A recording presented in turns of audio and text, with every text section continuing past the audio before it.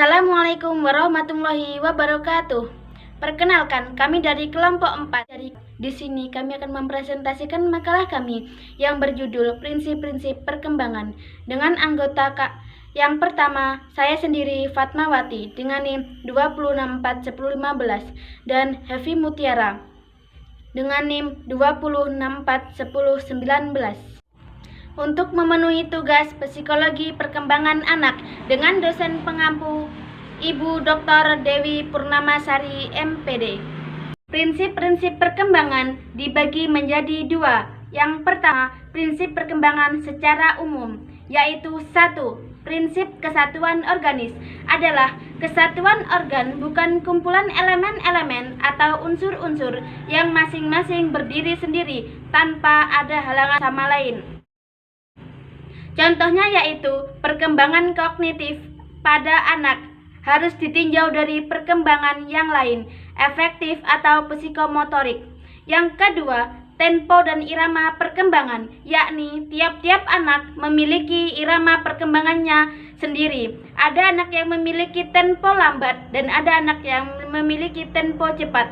Contohnya, proses belajar ada yang memahami pelajaran secara cepat dan ada yang lambat. Yang ketiga, tiap-tiap individu mengikuti pola perkembangan yang umum. Meskipun individu memiliki irama dan tempo yang berbeda, tetapi individu masih mengikuti garis perkembangan umum. Jadi, perbedaan itu disebabkan karena pembawaan dan lingkungan. Contohnya, si A berjalan 1 tahun dan si B berjalan 2 tahun. Baik A dan B masih mengikuti pola perkembangan umum, walaupun A lebih cepat daripada B. Yang keempat, prinsip konvergensi atau interaksi, yakni pembawaan dan lingkungan sama-sama berpengaruh dalam perkembangan individu. Contohnya, anak mempunyai bakat yang baik, namun dia hidup dalam lingkungan yang kurang baik. Tentu saja, bakat si anak pun tidak berkembang baik. Yang kelima, prinsip kematangan. Prinsip kematangan bahwa efek usaha belajar tergantung pada tingkat kematangan yang telah dicapai oleh anak. Contohnya, anak usia 7 bulan baru bisa duduk, tidak boleh dipaksa berjalan. Yang keenam, setiap proses perkembangan terdapat hasrat mempertahankan diri, yakni hasrat untuk memenuhi kebutuhan. Contohnya saja, makan, minum, dan beristirahat. Yang ketujuh, pertumbuhan dan perkembangan asuhan yang dilakukan secara sadar. Maksudnya ialah pertumbuhan dan perkembangan harus didasari secara sadar, karena jika tidak didasari maka tidak dapat terjadi. Contohnya, ketika kita melakukan aktivitas sehari-hari itu didasari kesadaran. Yang kedelapan, sifat psikis tidak timbul secara berturut-turut tetapi dalam waktu yang bersamaan. Prinsip ini beranggapan bahwa fungsi psikis berkembang bersama-sama. Dengan istilah lain, penginderaan, ingatan, khayalan, pemahaman, berpikir, dan peristiwa-peristiwa yang berjalan bersama. Contohnya yaitu kegiatan menulis yang melibatkan fungsi ingatan, perasaan, dan gerak secara bersamaan. Yang kesembilan, perkembangan meliputi diferensiasi dan integral. Maksudnya adalah dengan bertambahnya umur, perkembangan individu akan semakin maju sehingga terjadi suatu proses diferensiasi dan integral.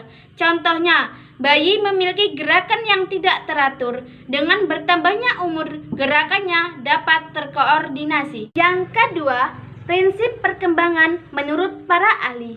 Yang pertama, menurut Harlock tahun 1991, prinsip perkembangan menurutnya yaitu 1. Adanya perubahan. Manusia akan selalu berubah dari mulai pertama pembuahan hingga mati. Contohnya fisik.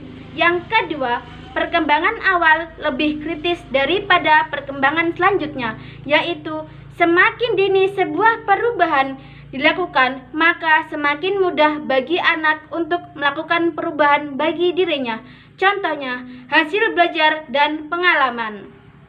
Yang ketiga, perkembangan merupakan hasil proses kematangan dan belajar, yakni perkembangan anak dipengaruhi proses kematangan karena terbukanya karakteristik yang secara potensial sudah ada pada individu yang berasal dari genetik individu, sedangkan belajar memperoleh kemampuan menggunakan sumber genetik.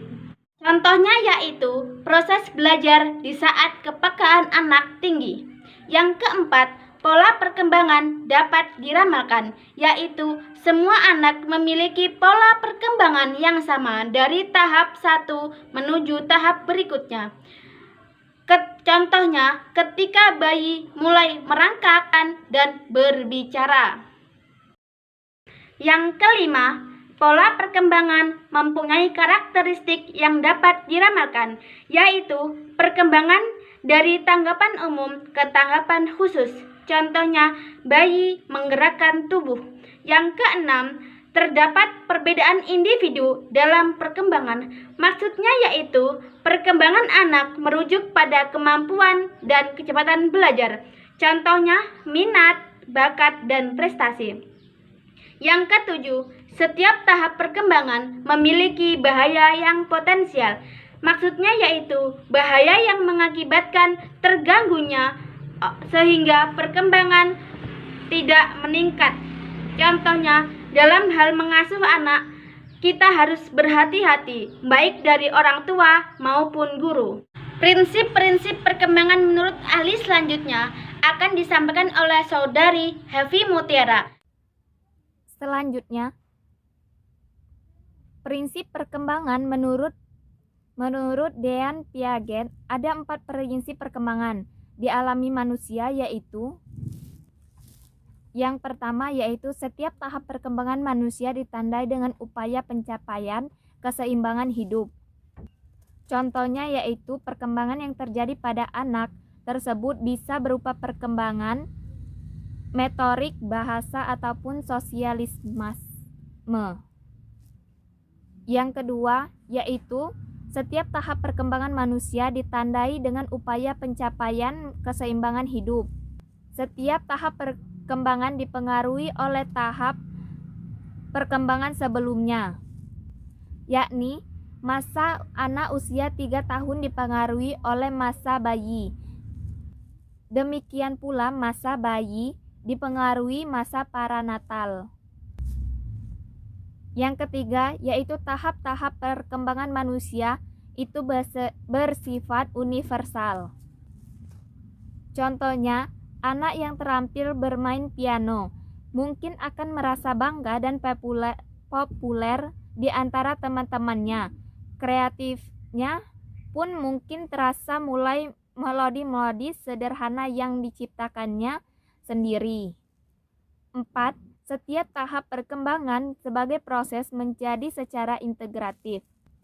Setiap tahap perkembangan individu berupa untuk mengoptimalkan potensi-potensi dengan sebaik-baiknya. Jadi, setiap tahap perkembangan kognitif individu harus dicapai dengan baik, sehingga dapat menopang atau mendukung tahap perkembangan kognitif berikutnya.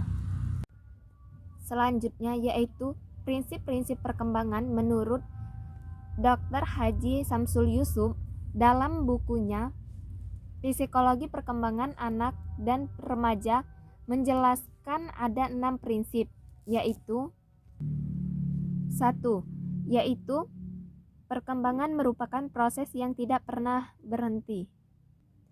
Proses berkembang secara terus-menerus yang dipengaruhi oleh pengalaman atau belajar sepanjang hidupnya sampai mencapai kematangan atau masa tua.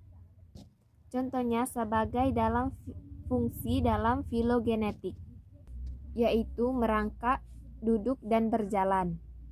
Sedangkan arti berjalan adalah perkembangan yang berasal dari latihan dan usaha. 2. Semua aspek perkembangan saling mempengaruhi. Perkembangan terjadi secara teratur mengikuti pola atau arah tertentu setiap tahap. Perkembangan merupakan perkembangan dari tahap sebelumnya, yang merupakan syarat dari perkembangan dari tahap sebelumnya yang merupakan persyaratan perkembangan selanjutnya. Semua aspek perkembangan saling mempengaruhi. Setiap aspek perkembangan individu, baik pun fisik, emosi, integrasi, maupun sosial, satu sama lainnya saling mempengaruhi. 5. Setiap fase perkembangan mempunyai ciri khas. Para ahli telah banyak mengadakan penelitian dan menetapkan fase-fase perkembangan sesuai dengan umur masing-masing. Pada umumnya untuk dijadikan pedoman dan mempelajari perkembangan individu. Contohnya, usia 2 tahun, anak memutuskan untuk mengenal lingkungan yang B.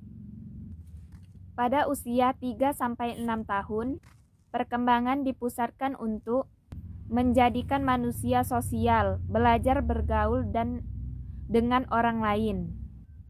6. Setiap individu yang normal akan mengalami tahapan atau fase perkembangan. Prinsip ini berarti bahwa dalam menjalani hidup yang normal dan berusia panjang, individu akan mengalami fase-fase perkembangan bayi, kanak-kanak, anak remaja, dewasa, dan tua. Contohnya fase pada bayi, yaitu yang pertama fase tengkurap, yang kedua fase duduk, merangkak, berjalan, dan melompat. Sedangkan prinsip menurut Miller, prinsip perkembangan manusia itu ada 5 prinsip, yaitu yang pertama yaitu prinsip nature. Perkembangan bukan hanya dipengaruhi oleh faktor internal, tapi juga dipengaruhi oleh faktor eksternal. Yang kedua yaitu kuantitatif, mengandung pengertian sebagai perubahan fisik yang semakin mencenderung meningkat atau menurun kapasitas ukurannya. Secara istilah, kuantitatif adalah konsep perubahan yang menyatakan sebagai perubahan kemampuan, keterampilan, keahlian, dan kompetensi dari individu. Contohnya, keterampilan adalah manajemen waktu. Contohnya saja ketika memiliki banyak bentuk tindakan sosial dalam bentuk yang berdekatan, maka harus diatur sedemikian rupa agar dapat melaksanakan segala tugas dengan baik. Yang kedua yaitu perencanaan. Perencanaan digunakan untuk merencanakan segala hal yang dapat dilakukan dalam periode tertentu. Perencanaan juga dapat menyangkut banyak hal, perencanaan karyawan, perencanaan proyek, penggambaran, dan lainnya. Ketiga, perhatian terhadap detail. Keempat, manajemen keuangan, pemecahan masalah yang kreatif, kemampuan berkomunikasi, menulis, mendengar, berbicara, kemampuan bermasyarakat, yaitu kerja tim merupakan hal yang penting dalam melaksanakan sebuah pekerjaan dalam organisasi. Orang yang bersifat individual akan sulit untuk bekerja sama dengan lingkungan kerjanya, contohnya karyawan manajer. Yang kedua, empati. Yang ketiga, kepemimpinan. Yang keempat, diplomasi, contohnya duta di negara lain, utusan negara. 3. Normatif. Yang dilakukan atas normatif adalah suatu tahap perkembangan individu yang cenderung mengikuti pola-pola yang sudah umum sesuai dengan konsep perkembangan secara normal dan formalistik. Aturan-aturan sosial, adat istiadat, dan sosial budaya yang berlaku dalam kehidupan masyarakat. Misalnya, anak SD masuk umur 6 tahun. masuk SMP 12 tahun, dan seterusnya. Contohnya, setelah tamat SMP, seorang remaja lelaki atau wanita terpaksa harus menikah dan mempunyai anak. Keempat, kesinambungan. Pola perkembangan manusia dapat dipandang secara kontinu tanpa ada tahapan yang jelas. Tetapi seperti garis lurus bersifat terus-menerus, tanpa jeda dan tidak putus. Linear dan berkelanjutan. Contohnya, untuk bisa berjalan, seorang bayi pasti melakukan tahap melata, merangkak, dan berdiri. 5. Progresif adalah suatu konsep perubahan secara fisiologis yang sangat cepat dan meningkatkan secara tajam yang didalami pada manusia paranatal, bayi, anak dewasa, anak remaja, dan dewasa muda, akibat makan bergizi. Perkembangan regresif cenderung ditandai dengan penurunan ukuran fisik. Contohnya yaitu perubahan anak dari kecil menjadi dewasa, serta pertumbuhan pengetahuan dan kemampuan yang lebih baik. Sekian presentasi dari kami. Kurang lebihnya mohon maaf. Akhirul kalam. Wassalamualaikum warahmatullahi wabarakatuh.